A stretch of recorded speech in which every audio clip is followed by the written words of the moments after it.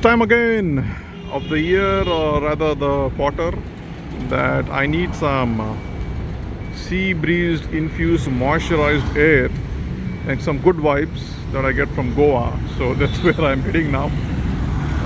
Let's start the stopwatch. It's around 10:15. We are taking it easy today. We are leaving at 10:15, and then me and my friend is on the 390. I'm on the 250. We'll do a comparo en route, proper comparo, almost a comprehensive comparo of how much of a gap these two bikes are among themselves. And I'm here at the same point last time recorded in my vlog maybe 10 months ago, 11 months ago, where I did this route on the Interceptor 650, and I'm hoping I'll get better comfort on this because I have a permanent neck sprain from that ride, and yeah, of course, don't expect it to heal now, but then heal in this ride, but then I expect it to go away soon, hopefully in good comfort on the adventure KTM adventure chassis. That's it. Just stay locked on for more inputs as and when the trip progresses. I am going to reset the trip. Trip 1 is 0 now. And it's, yeah, let's get started. Okay guys, so here's the comparo. This is the 250, that is the 390. Both have top axles, both have windshields here. And let's check the tanks.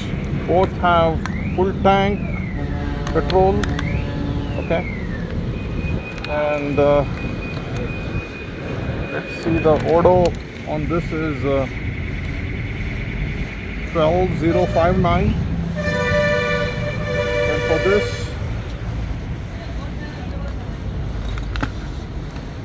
tank is full too. Let's close this and check the odo. The odo is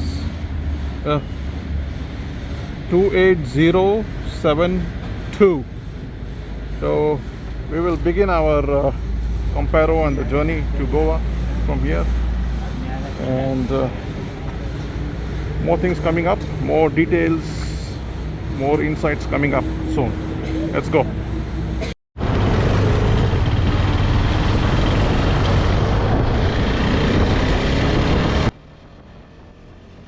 So here's me riding the KTM 250 Adventure, my own, very own KTM 250 Adventure, with the GV windscreen and the rest of the other paraphernalia that I've installed on it.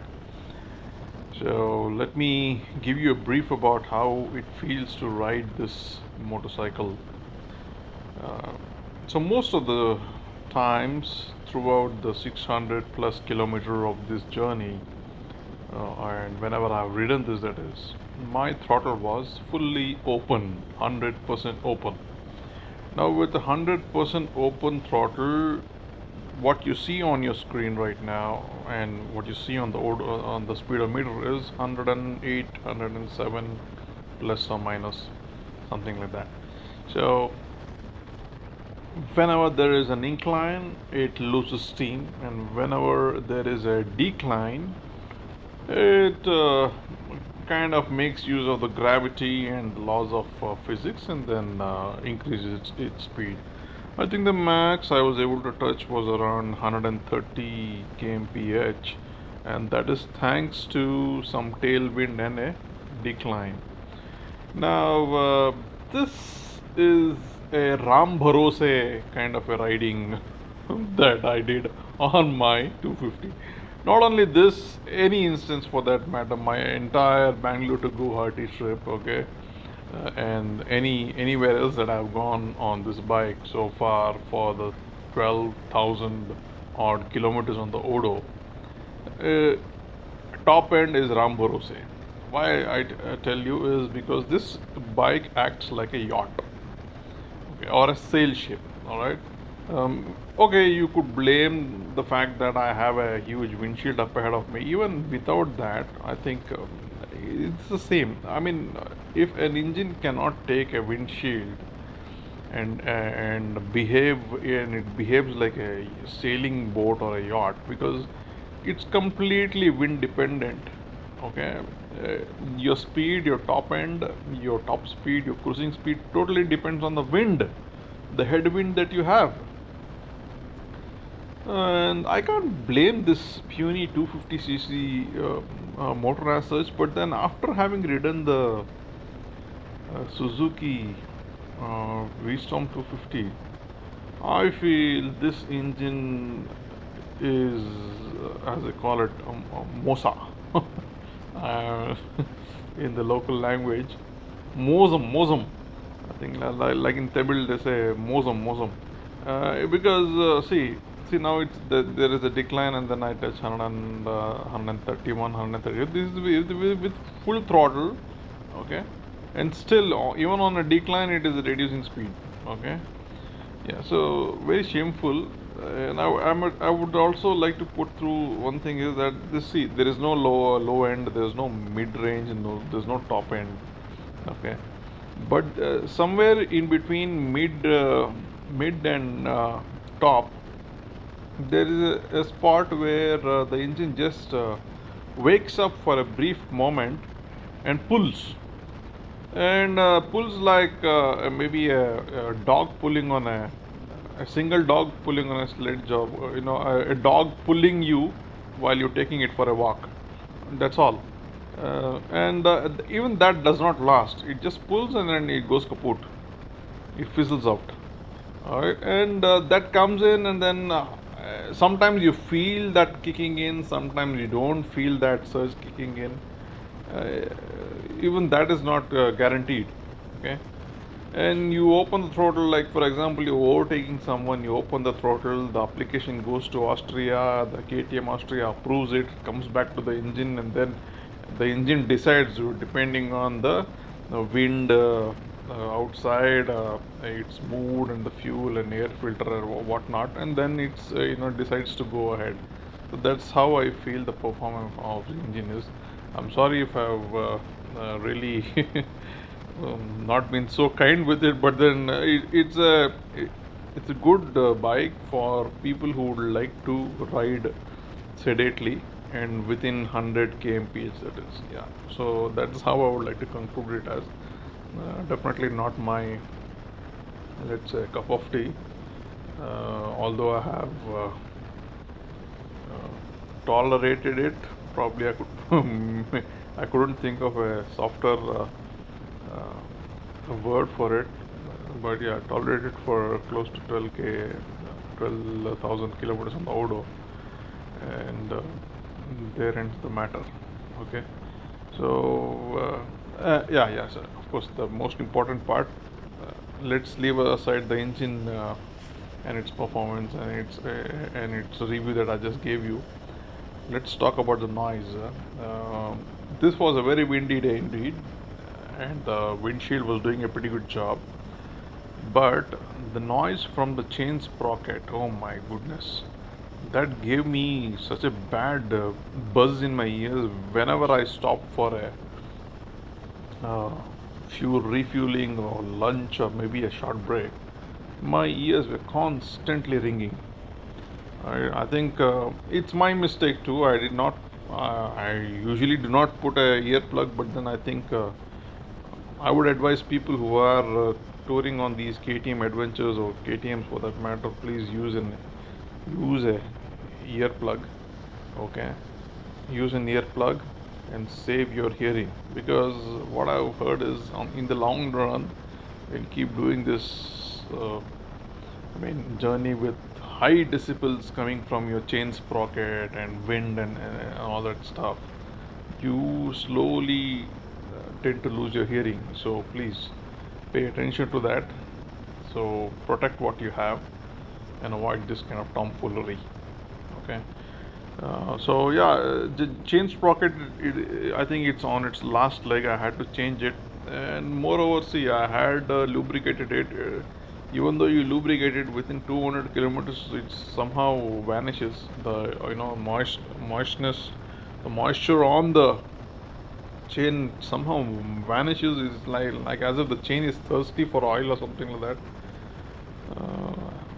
I think the Scott Oiler system or something that constantly lubricates the chain is the right way to go for these bikes, especially with these exposed chains, and then the OEM chains not lasting for more than 10k kilometers on any kind of riding that is.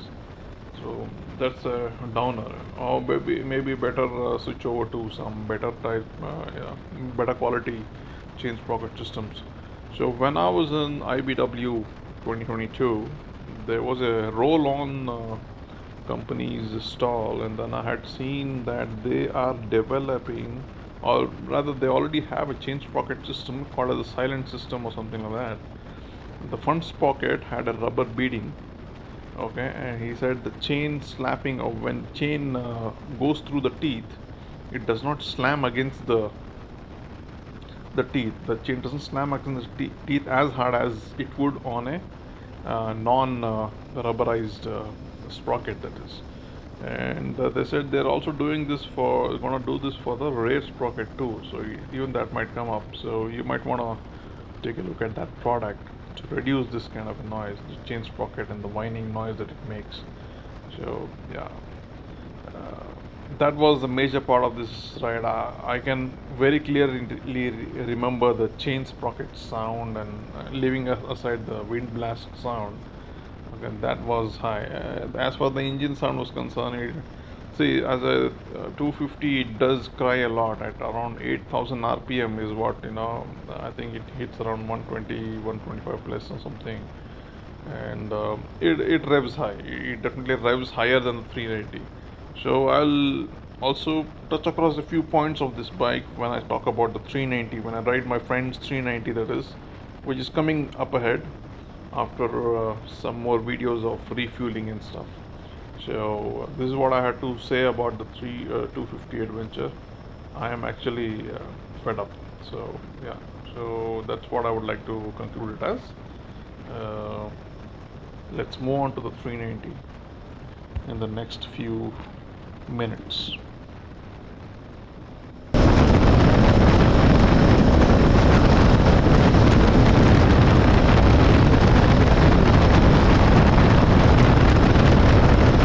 Okay guys, we stopped for a fuel refill, and we have 9.25 for my bike, and the odo says my ears are ringing because of my ears are ringing.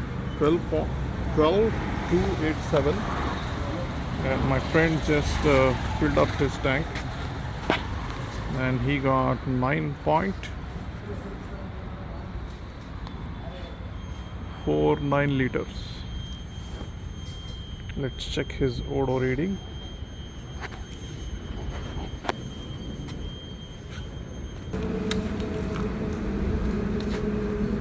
So his odo reading is 28301. Okay, and tank dikha, full tank ka, just to be sure. Minuscule difference. Yeah, it's full. All right, and let's check my tank too. Let's take a look at my tank. There you go, full. So this gives you a picture of a brief picture of what kind of fuel efficiency you can expect from the KTM siblings, both on the same route, ridden as hard as possible. Of course, 390 wasn't ridden as hard as possible. The 250 was, because I had to catch up with him. So yeah, few more updates later. For now, let me show you something.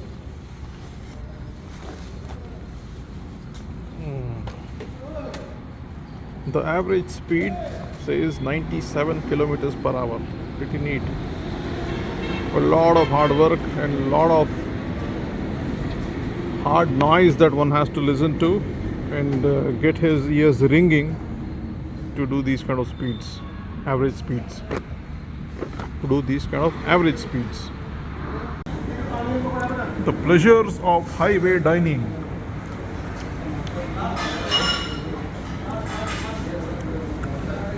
Okay, guys, let's check out some interesting and innovative spellings. Masala papad, capsicum, gobi manchurian. That's good. Green peas manchurian. At least it's not gobi manchurian. And chitrana, my favorite, is there. Yes. And makhani, veg makhani. Okay. I'm not sure if you guys can catch some, but pretty good. More or less pretty good. Chicken dhaba special, Hyderabadi Kolhapuri masala, candy chicken, mango juice. Okay, pretty neat.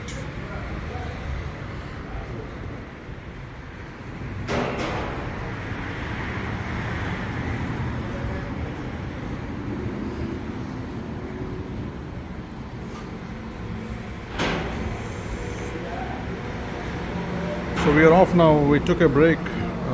We've been on the road for 4 hours 30 minutes now, and it's around 2:45 in the afternoon.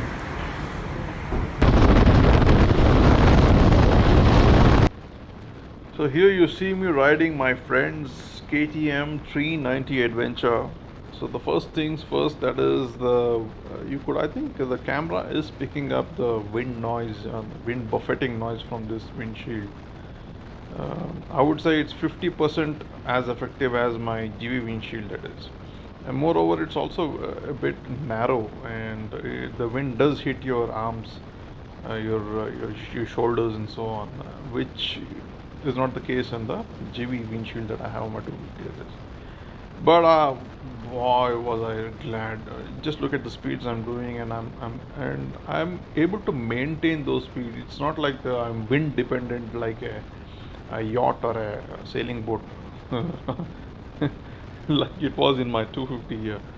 So you have power on demand, okay, and you were able to maintain pretty good speeds, and it gives you a bit of a confidence. It lifts up your spirits. If not anything else, leave aside everything. It feels better. You feel safer when the bike responds according to your needs. Okay. Period. I can't explain that in any other words. That's what it is. Right? So it felt better when I rode this bike. And some disclaimers that I would like to put through, that my friend's bike was not that greatly maintained. Okay, so I think it has had a crash or something like that. I'm not sure what it was. So the front brake shredders when used, that really gave me a shock. So that reduced my confidence by almost 25%. Okay, because if you that is a comforting factor, that the brakes are there. The brakes are behind your back, in the sense they will watch your back. So that was one thing. The rear brake was almost zero. Why I say is I think mostly the material on the shoe must have frozen. I don't know what must have got consumed up. And in fact, if I if I use the rear brake, the bike was accelerating. Well, that's actually an illusion, because you expect the brake to bite, but there was zero bite, and then when the bike continues further, it feels as if it's accelerating. It's an illusion, that is, yeah. So the rear brake was zero, the front brake was almost 50%, because it was shuddering, And then I think there was a slight problem with the alignment, because I could feel that maybe the bearing was gone or something like that. I could feel that. Okay, in slow speeds I could feel that. Thankfully, in the high speeds, that ironed out for some reason. But then, yeah, that was the problem. But then I tell you what, and I was rather, I was still very comfortable. I was not very, but then I would prefer riding a 390 throughout this journey. And thankfully, my friend agreed to that. He was cool with riding the 250. All right. So that way it was a saving grace. Otherwise, I would have gone crazy riding my 250. I'll tell you, crazy, or rather, I would have gone into depression for all I know. The kind of performance it had on hand.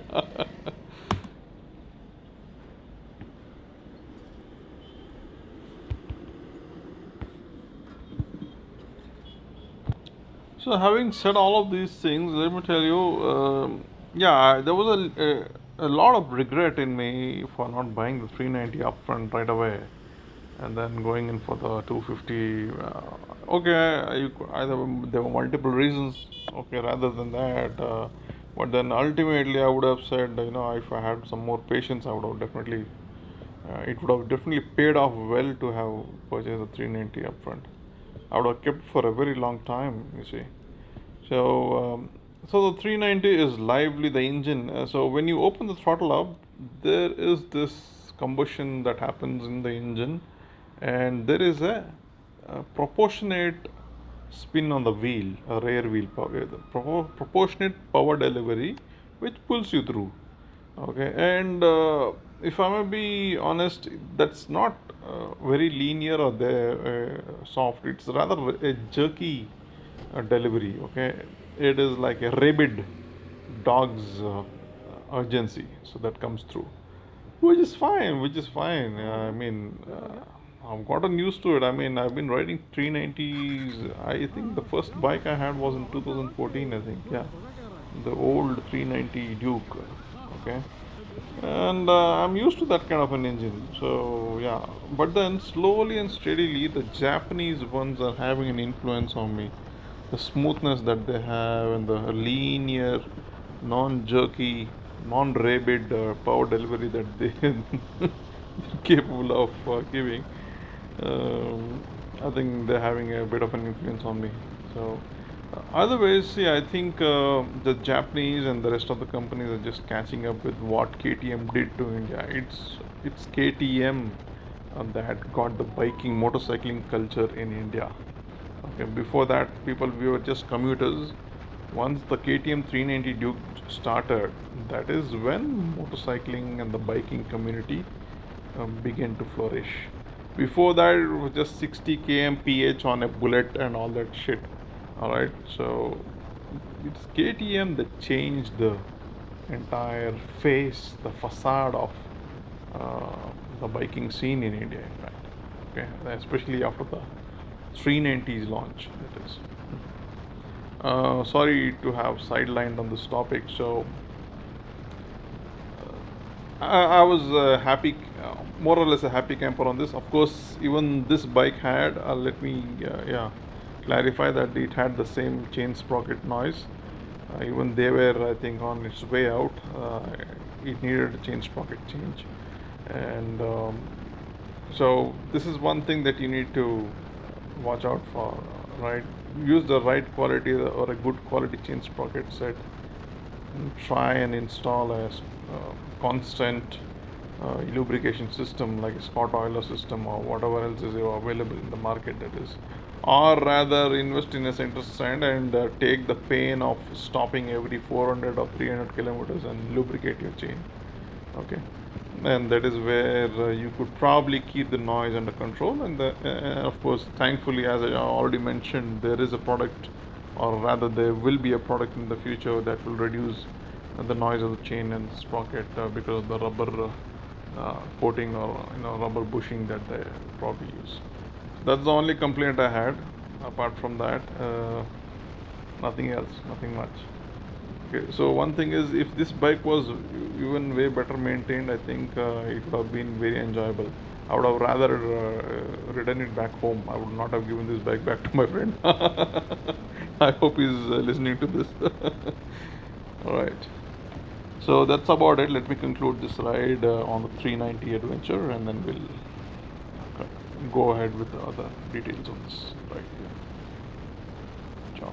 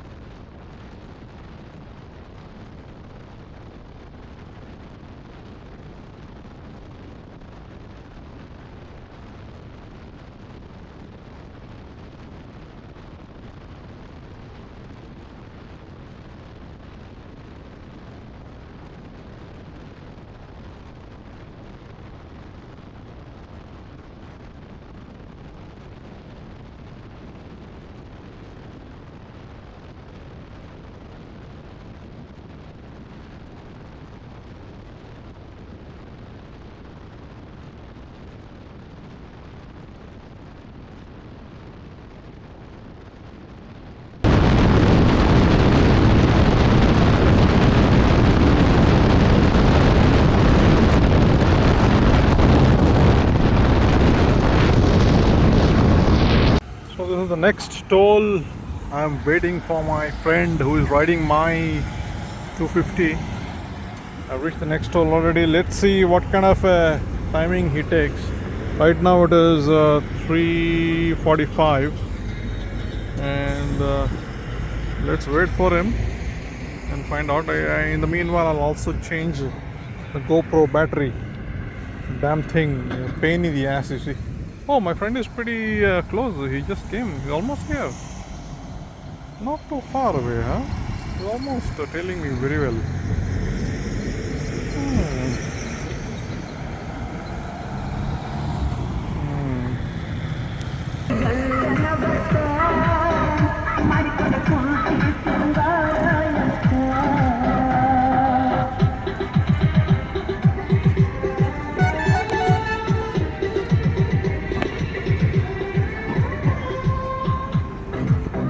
Some background score for the video.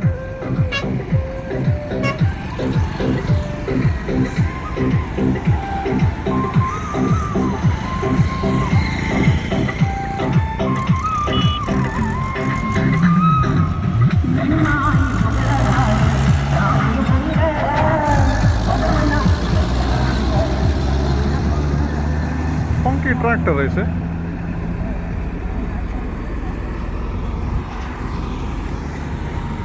$3:49 in the afternoon. Still some time to go. Still some way to go.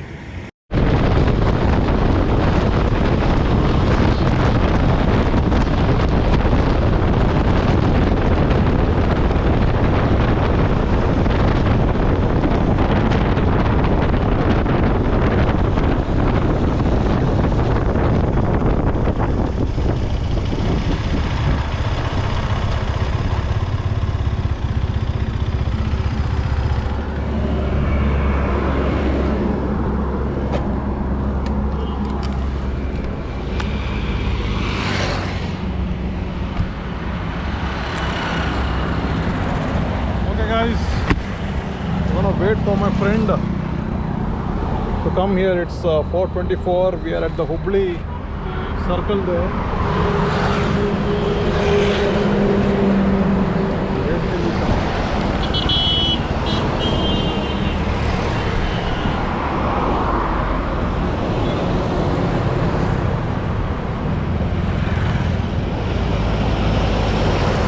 Let's wait till my friend comes. In real time, okay? In real time, let's wait till he comes down here.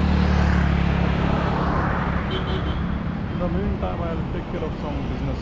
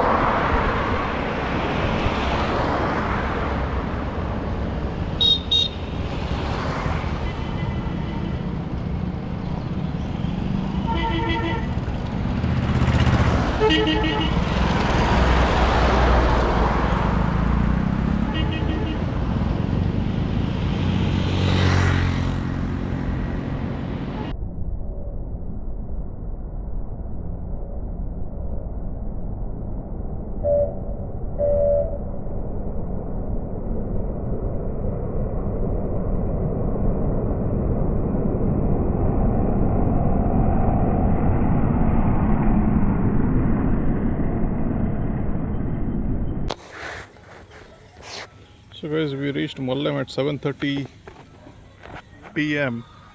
This is Mollem. Sir Top कीजिए and we're just filling up. This is the second round. Battery दिखा दीजिए एक minute full हो गया ना? हाँ okay bill दीजिए आप बिल. ठीक है So this is how much it filled up.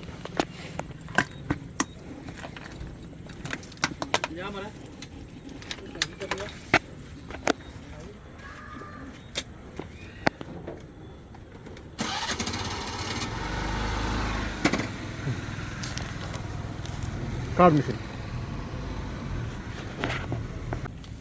So the order is this much, 28589, and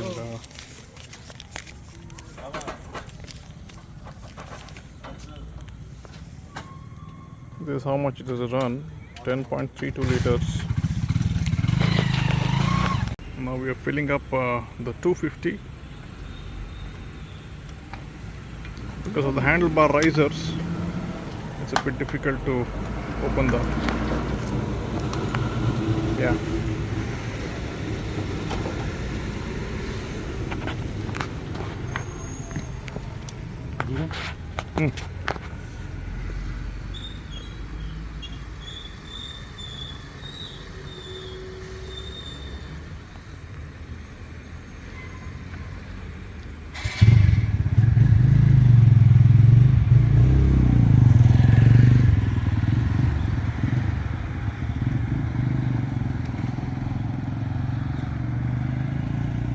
The vibes are different, you see.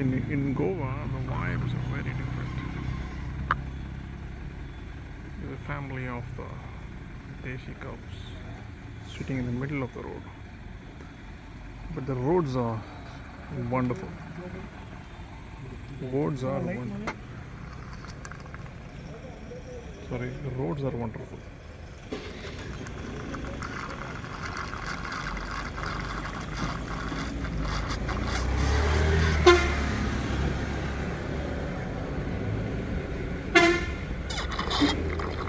Okay. इसका भी बिल दीजिए. ठीक है sir Full tank. Yeah, almost the same. So what's the use of buying a 250cc? KTM. Bloody. What is the fucking use of buying a 250cc KTM? Only thing you save is 1 lakh rupees, and for that 1 lakh rupee, you crib and moan all the way through when you're riding.